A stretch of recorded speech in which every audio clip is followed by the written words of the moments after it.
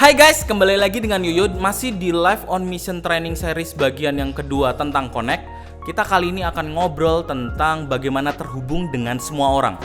Di episode yang lalu kita sudah ngerti bagaimana kita ini adalah garam dan terang dunia, bagaimana kita harus terkonek dengan siapapun dengan berbagai pandangan yang berbeda, worldview yang berbeda, dengan tujuan supaya mereka mengenal Allah.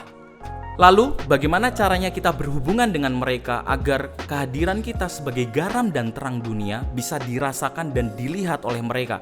Berikut adalah beberapa tipsnya agar mereka bisa merasakan dan melihat kehadiran kita sebagai garam dan terang dunia. Tips yang pertama, jangan pernah merasa super atau merasa lebih sempurna dalam hal moral. Ingatlah selalu bahwa kita ini manusia berdosa juga. Kita orang Kristen seringkali punya kebiasaan melabeli orang-orang yang belum percaya sebagai orang berdosa. Padahal kita juga orang berdosa, namun kita orang berdosa yang sudah menerima karya anugerah keselamatan itu.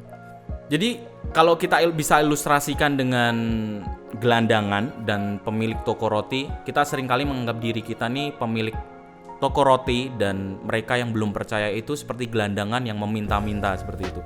Namun sebenarnya kita ini sama-sama gelandangan dengan mereka, namun kita ini sudah memiliki dan diberi maksudnya oleh pemilik toko roti. Seharusnya waktu kita sadar ini bahwa kita juga gelandangan yang sudah memiliki roti, kita mempunyai belas kasihan dan menolong mereka untuk mengarahkan mereka supaya mereka bisa datang kepada pemilik toko roti tersebut dan menerima roti yang sama dengan yang diberikan kepada kita. Dan kita tahu siapakah pemilik toko roti tersebut? Ya, dia adalah Yesus Kristus, Tuhan yang memberikan keselamatan bagi setiap kita. Ingatlah, biarlah kita memandang mereka seperti Tuhan Yesus memandang mereka, yaitu sebagai orang berdosa yang membutuhkan belas kasihan. Tips yang kedua, jadilah orang yang berinisiatif, baik dalam percakapan, perbuatan baik, atau dalam berelasi dengan mereka.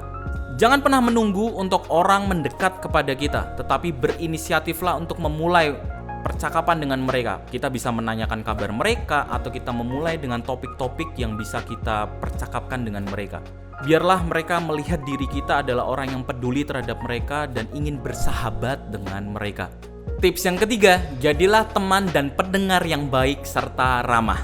Dengan menjadi pendengar yang baik, orang akan percaya untuk menceritakan cerita-cerita kehidupan mereka kepada kita. Tunjukkanlah empati dan kepedulian kita kepada mereka, apapun masalah yang akan mereka ceritakan kepada kita.